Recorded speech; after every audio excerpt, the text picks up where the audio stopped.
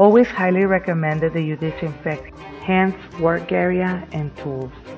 Clip any excess of natural nail, push cuticles, and remove any skin that is sticking to the natural nail. This is a very important step since it will cause lifting if you don't do it right. Next, I use the hand file 150 grit to make sure that I remove all the skin. I like to use this curved shape one. For the cuticle area, works the best. Now I'm cleaning and dehydrating the nail with a mixture that I made of alcohol and acetone. I'm going to show you in slow motion so you can see. You clean up the nail and you can see how the nail turns white. That means that it's already dehydrated and ready for application. You can buy the product already made. Many brands, they sell them, but you can also make it yourself. It will be 70% alcohol and 30% of acetone. Okay, we continue now with the nail tips. Make sure that it fits perfectly the sides. Otherwise, that can cause lifting too. When they don't fit, when they're too big, it can cause lifting too.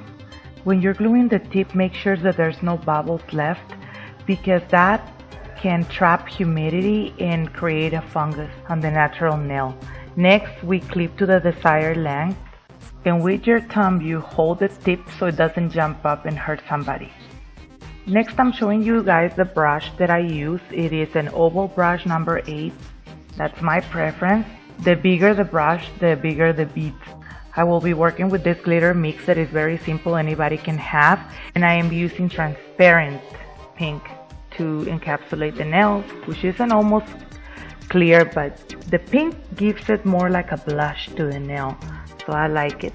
I like using pinks. Okay, I'm gonna start doing the smile line this way. This is the way I learned and that I find more easy for people to start doing nails. Normally when you start doing nails, you don't start with a reverse application. I'm not saying that you can't do it. I'm sure there's many that started like that, but I started this way and I feel it's easier to learn this way. See, what I do is you lay the acrylic as high as you want the smile to be, and then just draw the smile with the brush or spoon down with the cuticle pusher the smile, and it's very easy. Very easy. You get better and better every time. Now we're ready to encapsulate, and like I said, this is a very, very light transparent pink. It's kind of like a blush for your cheeks. It just gives it a little touch of color. To keep it very easy, with this type of length and this type of nails, I only limit myself to use 3 beads per nail. It's very easy. One in the middle, one in the cuticle area, and one in the front. Let the acrylic flow and self-level. With your brush, you feather to the right direction the acrylic wherever you want it to go. Moving the client's finger also helps. Feather it, but do not put pressure on it, and you will see how easy it is to build a nail. Of course, you gotta work with your eyes too. Make sure that there's no lumps.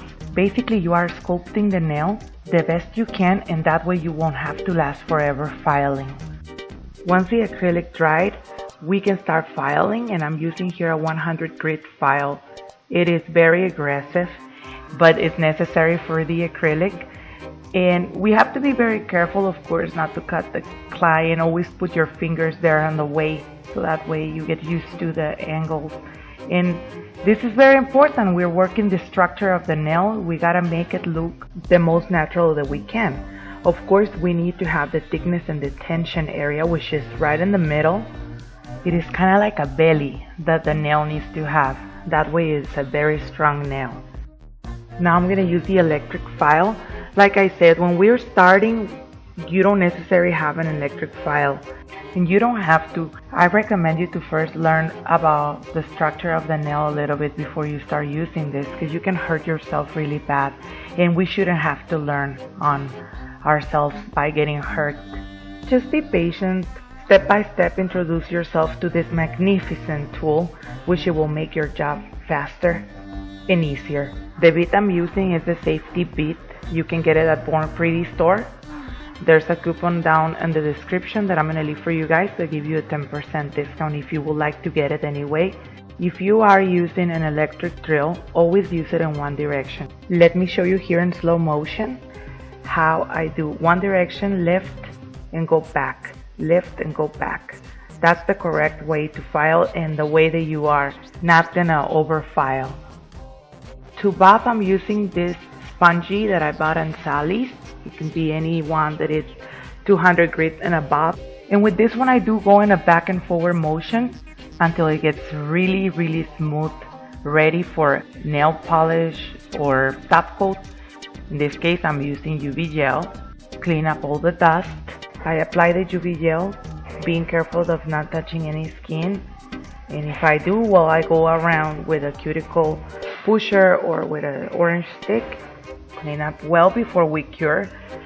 And I cure in a 36 watt lamp for 120 seconds, 2 minutes, 3. It's up to you, it's depending on how old is your lamp and all that. Because when they're brand new, in 1 minute you can be ready. Depends on the gel too. The last step will be applying cuticle oil. It seems like it's not important, but it is. Remember, at the beginning we dehydrate the nails, and now it's time to return what we did by hydrating again our customers' nails or our own nails. And we are done. Never forget that practice will make you better and better every day. So keep going and don't give up if you get stuck. Thank you so much for watching this video, and I hope it has helped you. Until next time.